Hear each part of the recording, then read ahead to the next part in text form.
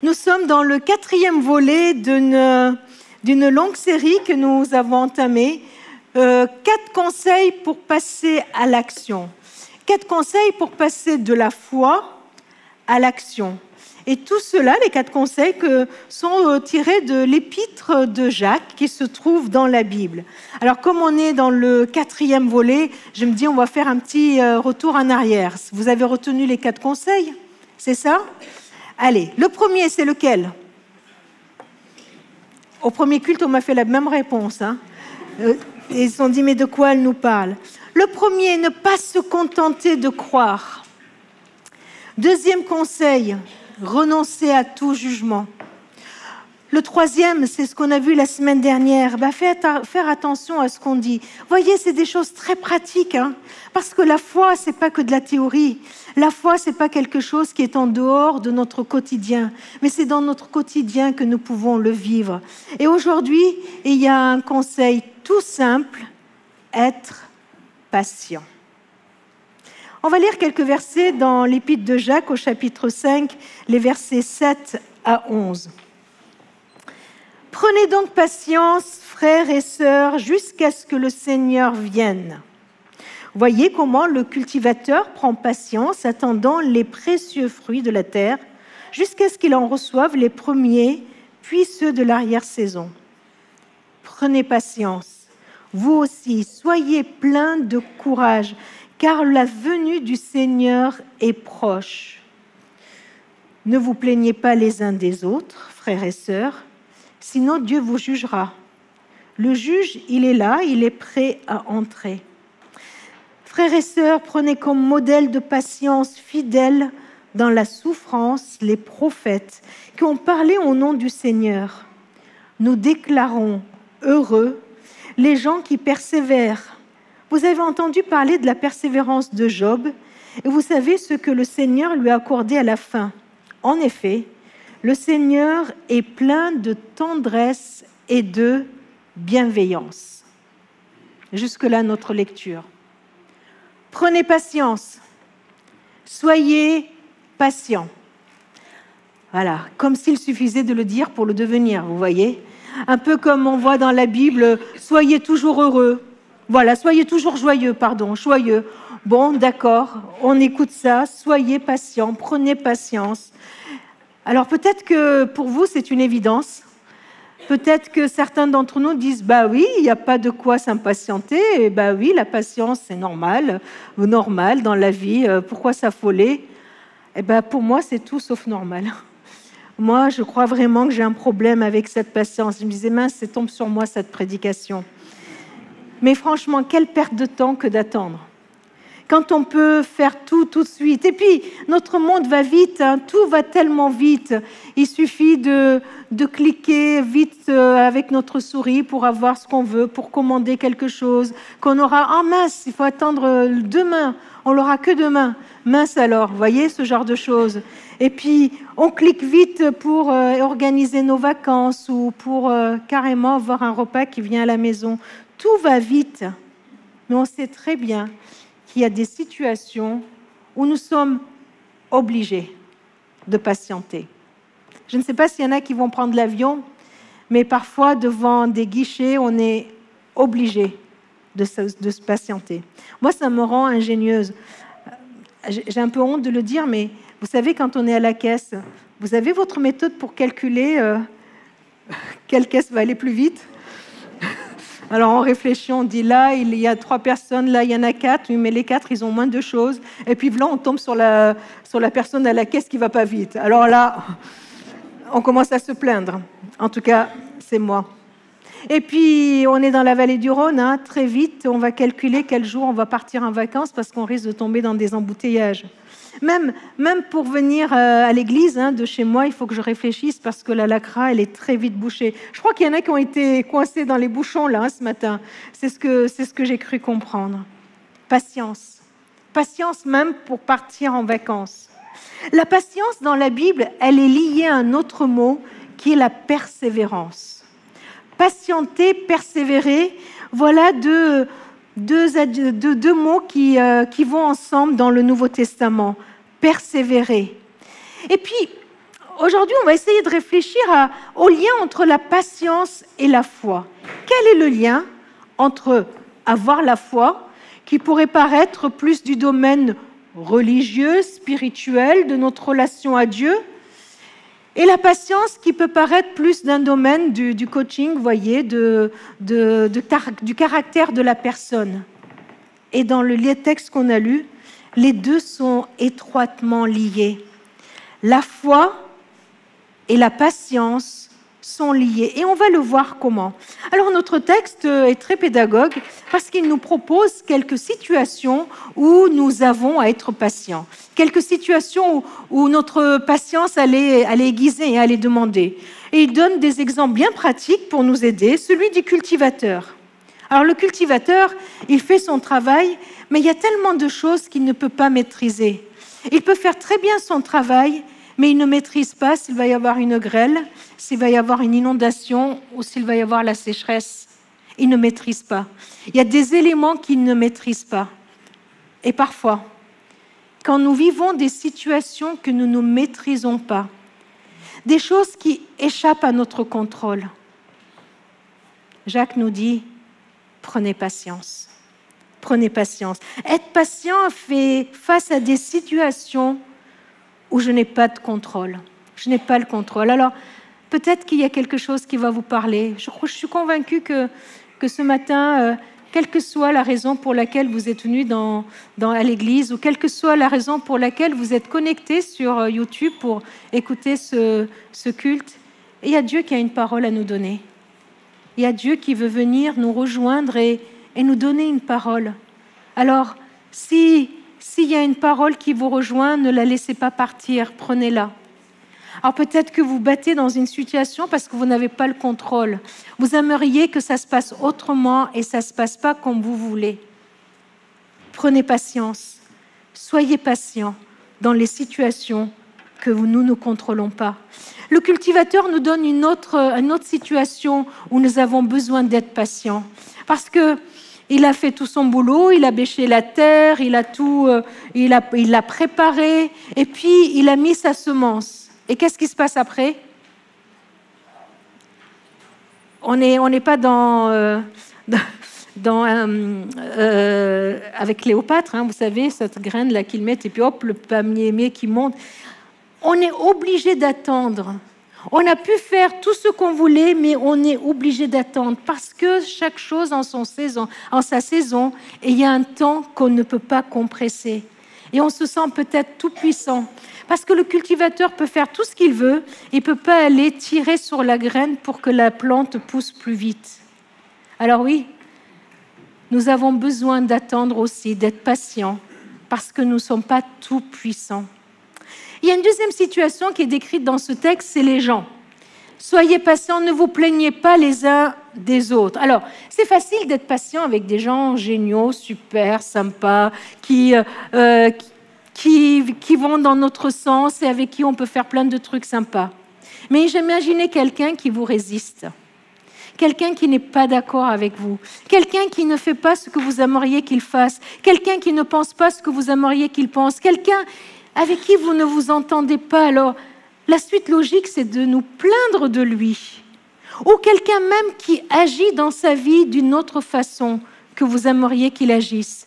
Notre réflexe, ce serait de nous plaindre. Et là, le texte nous dit, ne vous plaignez pas. Alors, je ne veux pas aller plus loin parce qu'on a déjà vu ce point avec le jugement et avec la langue. Mais là, devant des gens qui sont devant nous et qui nous énervent, disons les choses franchement, Jacques nous dit, prenez patience. Et enfin, il y a une troisième situation, un peu beaucoup plus compliquée, je pense. C'est des situations inexplicables, comme Irina a dû les vivre. Comment expliquer à une jeune de 13, 14, 15 ans qu'un papa peut partir comme ça? Vous avez une explication? Il n'y en a aucune. Il n'y a aucune explication. Et c'est une situation où elle n'est pas raisonnable, vous voyez. Avec notre tête, on ne peut pas y mettre des mots. C'est ce que Job a vécu et Jacques nous en parle. Job, c'était quelqu'un d'intègre, qui aimait Dieu, qui suivait tout ce que Dieu lui disait. Et du jour au lendemain, il a tout perdu. la famille, c'est bien, il a tout compris, il a tout perdu. Alors, Jacques nous dit, en prenant l'exemple de Job, il nous dit, il peut nous arriver de vivre des situations que nous ne comprenons pas, des souffrances même que nous ne comprenons pas. Et il nous dit, prends patience. Voilà les différentes situations bien pratiques où, au travers de Jacques, Dieu nous encourage et nous dit, prends patience. Alors, c'est quoi cette patience? Cette patience, c'est l'état intérieur dans lequel nous nous trouvons, notre comportement dans lequel nous nous trouvons dans ce entre-deux. Entre le moment où nous attendons à quelque chose et le moment où nous l'obtenons. Entre le moment où la graine est semée et le moment où la plante pousse. Entre le moment où nous sommes dans la souffrance et que cette souffrance s'arrête, vous voyez. C'est dans cette attente-là, dans quel état je me trouve, dans quel état intérieur je me trouve, dans quelle disposition je me trouve. Prenez patience. En réfléchissant à ça, je me suis dit, mais quand même, il y a un risque avec cette question de patience, non?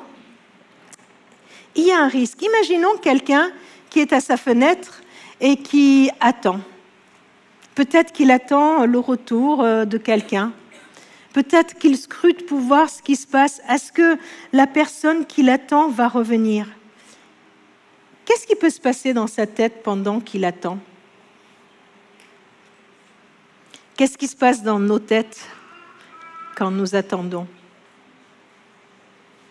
Il lui est sûrement arrivé quelque chose. Ah non, mais encore une fois, il ou elle a oublié mon rendez-vous. On s'était dit pourtant qu'on se verrait à tel endroit, à tel moment, et la personne n'est toujours pas là. C'est que je ne dois pas vraiment compter pour elle. C'est pour ça qu'elle oublie tout le temps mon rendez-vous, ou qu'il n'est pas là. Moi, il m'est arrivé d'attendre mon mari au moment où il travaillait et qu'il rentrait tard. Ah là là, je ne vous explique pas. J'appelais même aux urgences pour voir s'il n'y était pas. Il y en a peut-être d'autres qui l'ont fait aussi. Allô, est-ce que vous avez quelqu'un? Parce qu'il y a le pire qui passe dans notre tête. Mais c'est pareil avec Dieu. Quand on est en train d'attendre la réponse de Dieu à nos prières, quand on est en train d'attendre que la promesse de Dieu se réalise dans notre vie, il nous l'a promis et on y a cru avec joie, avec foi, et ça n'arrive toujours pas.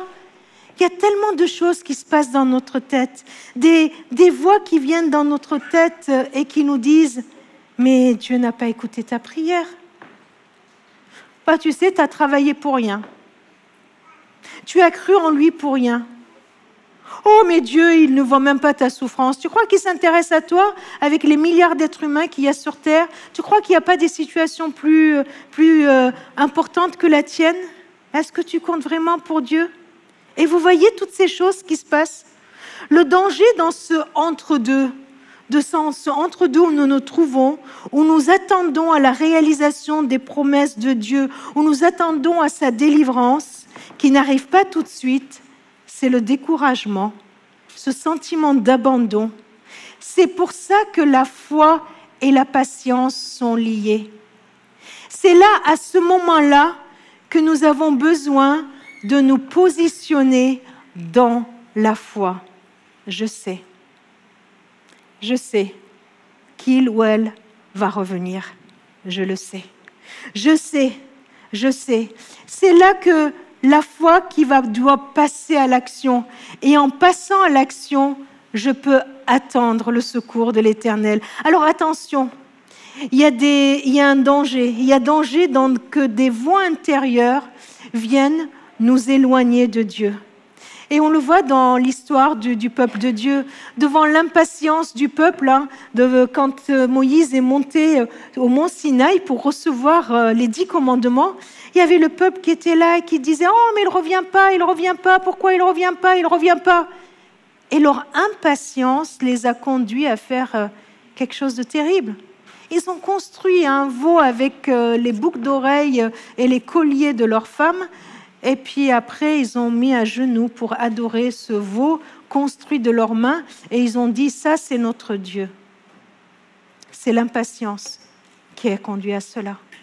Alors, c'est pourquoi, dans notre temps d'attente, il est tellement important d'affirmer notre foi, même si on ne voit rien venir, même si on a l'impression que toutes ces voix intérieures viennent dans notre tête et nous perturbent. Alors pourquoi être patient ? C'est ce que j'aime dans ces versets que nous avons lus, c'est que Jacques ne nous dit pas uniquement « soyez patients, prenez patience », mais il nous dit pourquoi. Regardez, dans le verset 7 que nous avons lu, il dit « Voyez comment le cultivateur prend patience en attendant que la terre produise de précieuses récoltes. Il sait que les pluies d'automne et de printemps doivent d'abord tomber. » Alors, c'est un tout petit peu différent du premier qu'on a lu, parce qu'il y a plusieurs traductions à ce verset. Le grec, il dit « Il sait que ce qui est immédiat et ce qui est un peu après doivent arriver. » Et on conclut que c'est certainement la pluie qui doit venir tout de suite, et il y a une pluie qui doit venir un peu plus tard. Ou le fruit qui doit venir tout de suite, et il y a un fruit qui va arriver plus tard. Et il y a encore quelque chose à vivre. Alors Jacques, il dit très simplement, il dit « Patientez comme le cultivateur, parce qu'il y a encore des bénédictions à vivre. » Pendant ce temps où on attend, il y a encore des bénédictions à vivre. Il y a encore des choses à expérimenter avec Dieu. Dieu veut encore venir agir dans notre vie. Dieu veut encore nous faire comprendre quelque chose. Que Dieu veut nous bénir et il veut nous faire comprendre quelque chose pendant ce temps. C'est exactement comme avec l'agriculteur devant sa terre, là. Il a travaillé, il a bossé, il regarde la terre, il regarde ce champ, et il n'y a rien. Il n'y a rien qui se passe. Mais ça ne veut pas dire que... C'est pas parce qu'il ne voit rien, ça ne veut pas dire qu'il n'y a rien qui se passe. On a fait confiance à Dieu, on a prié, on a reçu ses promesses, on s'est mis en chemin avec lui. Eh bien, ce n'est pas le statu quo pour autant. La foi nous oblige à croire que pendant ce temps, il y a Dieu qui est en train d'agir. Notre foi consiste à croire que même si je ne vois rien, Dieu est en train d'agir. Même si les événements avancent, que les événements avancent, même si nous ne contrôlons rien, que si nous n'agissons pas, Dieu, lui, il agit. Si ce n'est pas dans notre timing, c'est dans le timing de Dieu. Patience, confiance que Dieu est en action. Il est en train d'agir et de préparer le fruit. C'est quelque chose qui m'encourage beaucoup, moi. Qui m'encourage beaucoup à attendre avec patience. Attendre avec patience parce que je me dis, mais peut-être que moi, je me sens démunie. Peut-être que moi, je me sens tellement limitée. Je ne suis pas capable de changer la situation. Je ne suis pas capable de faire en sorte que ça se passe autrement, que ça aille mieux. Mais Dieu est en train d'agir pendant ce temps. Dieu est en train d'agir. Du coup, la patience, elle n'est pas passive. Elle est active. Elle est vivante parce qu'elle est pleine d'espérance. Dieu est en train d'agir. Je ne sais pas ce que tu es en train de vivre, mais sache que Dieu est en train d'agir. Dieu est en train d'agir dans ta situation. Dieu est en train de préparer les fruits que tu attends. Deuxième situation, face aux gens qui ne veulent pas changer et qui nous énervent. Alors là, c'est simple. Dieu, il dit tout simplement, « T'inquiète pas, je m'en occupe. » C'est ça qu'il dit. Face aux personnes difficiles, il nous dit « Patience, patience, Dieu s'en occupe. » Et il nous dit « Mais te plains pas, ne juge pas. » On l'a vu il y a 15 jours avec Jean-Pierre. Commence pas à juger, commence pas à critiquer, commence pas à te plaindre. Laisse-les au Seigneur. Dieu s'en occupe, c'est lui qui s'en occupe. Et enfin, dans cette dernière situation qui est bien sûr la plus compliquée, comment garder patience dans les temps de souffrance? Parce que l'attente du cultivateur qui veut que le fruit vienne et l'attente de celui qui souffre n'est pas du tout du même ordre, n'est-ce pas? Regardez ce que nous avons lu. Prenez comme modèle de patience fidèle dans la souffrance les prophètes qui ont parlé au nom du Seigneur. Nous déclarons heureux. Heureux les gens qui persévèrent. Vous avez entendu parler de la persévérance de Job et vous savez ce que le Seigneur lui a accordé à la fin. En effet, le Seigneur est plein de tendresse et de bienveillance. Patience, fidèle dans la souffrance. C'est ce qu'on vient de lire, hein? Patience, fidèle dans la souffrance. Pourquoi? Qu'est-ce qui va me permettre de vivre ma foi en la traduisant par cette patience fidèle, même dans la souffrance?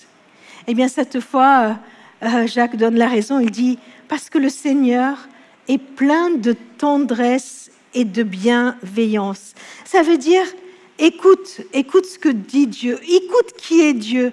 Dieu n'est pas quelqu'un qui t'abandonne. Dieu est tout-puissant. Dieu est celui qui se soucie de toi. Alors, cette patience fidèle nous oblige à dépendre de Dieu encore plus. Encore plus. Et je ne sais pas si vous avez remarqué, plusieurs fois dans notre texte, il y a cette phrase qui vient « Le Seigneur vient, il vient ». Bien sûr, il parle du deuxième retour de Jésus, parce que Jésus va revenir. Il va revenir et tout œil le verra.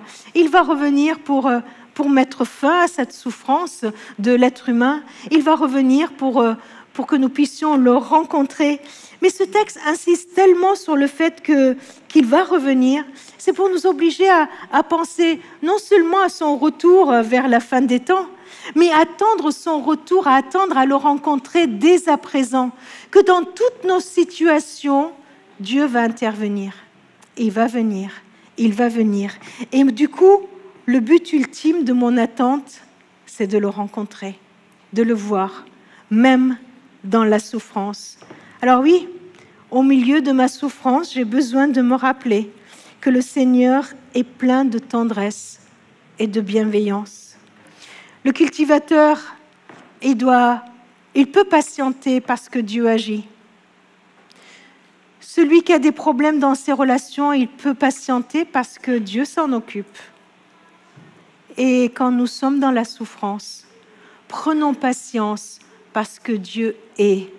Et là, notre patience, elle repose sur l'être de Dieu. Il est plein de tendresse et de bienveillance. Job, celui qui nous est donné en exemple, le savait. Et en plein milieu là, de son livre, il dit quelque chose d'extraordinaire. Dans Job 19, nous lisons « Comme je voudrais », c'est Job qui parle et qui dit « Comme je voudrais que mes propos soient mis par écrit, comme je voudrais qu'ils soient inscrits dans un livre. » Et c'est ce qui s'est passé. C'est pour ça que des siècles plus tard, nous pouvons lire « Comme un ciseau, avec un ciseau de fer et de plomb, il serait gravé dans le rocher pour toujours. » Alors, il a quelque chose d'important à dire, alors il voudrait que ce soit vraiment gravé. Et voilà ce qu'il a d'important à dire. Je sais, moi je sais que mon défenseur est vivant et qu'en dernier, sur la poussière, il interviendra. Je sais qu'il va intervenir, je sais que je le verrai. C'est ce qui le poussait à patienter. C'est comme ça qu'il mettait sa foi en action. Et il continue en disant, « Lorsque ma peau me sera retirée, c'est terrible, hein? Lorsque je serai au bout du bout, moi-même, je verrai Dieu. Je le verrai, moi, de mes propres yeux. » Le fait de voir Dieu, le fait d'être en communion avec Dieu, le fait de pouvoir connaître Dieu, c'est cela qui l'aidait à être patient. C'est ce que dit un peu Paul, d'autrement, quand Paul dit que son but ultime, et il en a vécu des souffrances, il a été mis en prison, il a été même lapidé, il a eu tellement de souffrances. Et là, il dit que dans toutes ces souffrances, son but ultime, c'était de connaître Dieu et de connaître la puissance de Dieu. Voilà ce qui l'aidait à patienter dans l'épreuve, de connaître Dieu, de le voir. Ce Dieu qui est capable de quitter son ciel pour venir manifester son amour envers nous. Ce Dieu qui est capable de donner son Fils pour que toi et moi, on soit sauvés. Ce Dieu veut venir à notre rencontre.